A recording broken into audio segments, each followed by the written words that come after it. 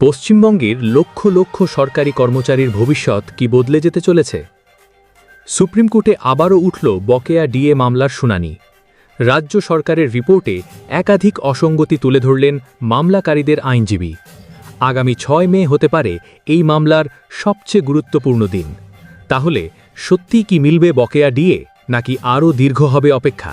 Supreme কোর্টের অলিন্দে আবারও উঠল পশ্চিমবঙ্গের সরকারি কর্মচারীদের বকেয়া মহার্ঘ ভাতা বা ডিএ প্রসঙ্গ। আজ শীর্ষ আদালতে এই হাই ভোল্টেজ মামলার শুনানি চলাকালীন বেশ কিছু চাঞ্চল্যকর তথ্য সামনে এসেছে। শুনানি শেষে ইউনিটি ফোরামের আইনজীবী প্রবীর চ্যাটার্জি আদালতের অন্ধরের পরিস্থিতি এবং রাজ্য সরকারের পেশ করা রিপোর্টের অসঙ্গতি নিয়ে একটি বিবৃতি দিয়েছেন। পরবর্তী শুনানি ও রিপোর্ট জট, মামলাটি এখনই মিটছে না। সুপ্রিম কোর্টের বিচারপতিরা জানিয়েছেন আগামী 6 মে এই মামলার পরবর্তী শুনানি হবে। বেশ কিছু গুরুত্বপূর্ণ ক্ষেত্রে রাজ্য সরকার এখনও স্বচ্ছ তথ্য বা রিপোর্ট পেশ করতে পারেনি। মূলত সরকারের জমা দেওয়া স্ট্যাটাস রিপোর্টটি বিস্তারিত খতিয়ে দেখার প্রয়োজনীয়তা অনুভব করেই আদালত এই নতুন দিন ধার্য করেছে। কমপ্লায়েন্স রিপোর্টে আপত্তি ও আইনি লড়াই। রাজ্য সরকার যে পদক্ষেপ বা কমপ্লায়েন্স রিপোর্ট জমা দিয়েছে তাকে বিনা যুদ্ধে ছেড়ে দিতে নারাজ মামলাকারীরা। আইনজীবী স্পষ্ট করে দিয়েছেন যে আগামী শুনানির আগেই এই রিপোর্টের বিরুদ্ধে জোরালো আপত্তি বা অবজেকশন দাখিল করা হবে।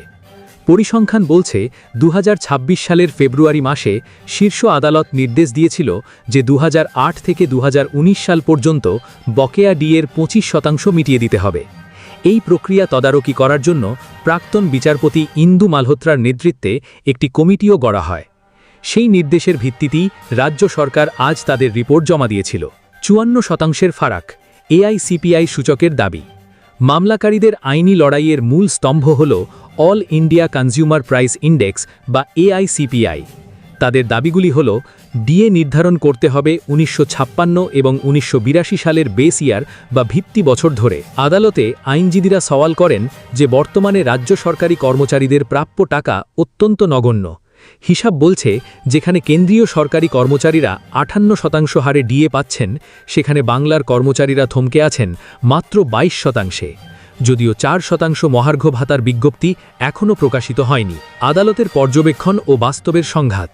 শুনানি চলাকালীন বিচারপতিরা একটি পর্যবেক্ষণ দিতে গিয়ে বলেন যে কর্মচারীরা তো বকেয়ার অন্তত কিছু অংশ হাতে পেয়েছেন।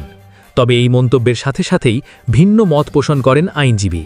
তিনি আদালতকে জানান কিছু কর্মী যৎসামান্য টাকা পেলেও বড় একটি অংশ এখনও কানাকড়িও পাননি। এই বণ্টনের বৈষম্য নিয়ে তিনি বিচারপতির দৃষ্টি আকর্ষণ করেন। অনুদানপ্রাপ্ত কর্মীদের নীরবতা। আজকের শুনানিতে গ্র্যান্ট ইন এইড বা অনুদানপ্রাপ্ত শিক্ষা প্রতিষ্ঠানের কর্মীদের ডিএ নিয়ে কোনো উচ্চবাচ্য হয়নি। আইনজীবী জানান এই বিষয়টি নিয়ে সওয়াল করার মতো সুনিশ্চিত কোনো ইনস্ট্রাকশন তাদের কাছে ছিল না। অদ্ভুতভাবে যাদের এই প্রসঙ্গটি উত্থাপন করার কথা ছিল তারাও আজ নীরবতা পালন করেছেন। সিনিয়র আইনজীবী গোপাল সুব্রামণিয়াম আজ আদালতে উপস্থিত ছিলেন না। রাজ্য সরকারি কর্মচারীদের ওপর প্রভাব। এই আইনি লড়াইয়ের গতি প্রকৃতি এখন লক্ষ লক্ষ রাজ্য সরকারি কর্মচারীর আর্থিক ভবিষ্যতের চাবিকাঠি। যদি মামলাকারীরা রাজ্য সরকারের কমপ্লায়েন্স রিপোর্টের বিরুদ্ধে সফলভাবে আইনি যুক্তি খাড়া করতে পারেন, তবে সরকার বকেয়া মেটানোর ক্ষেত্রে স্বচ্ছতা বজায় রাখতে বাধ্য হবে। এছাড়া আরওপিএ 2009 মেনে যদি এআইসিপিআই এর ভিত্তিতে ডিএ গণনা শুরু হয়, তবে বেতনের কাঠামোতে বড় ধরনের উল্লম্ফন দেখা দেবে। সেই মহেন্দ্রক্ষণ কি আগামী 6 মে আসবে? সেদিকেই এখন তাকিয়ে সবাই। 6 মে এর শুনানি নিয়ে আপনার কি প্রত্যাশা? আপনার মতামত অবশ্যই কমেন্টে জানান। ভিডিওটি ভালো লাগলে লাইক করুন, শেয়ার করুন এবং চ্যানেলটি সাবস্ক্রাইব করতে ভুলবেন না। এমনই গুরুত্বপূর্ণ সরকারি কর্মচারীদের আপডেট সবার আগে পেতে আমাদের সাথেই থাকুন।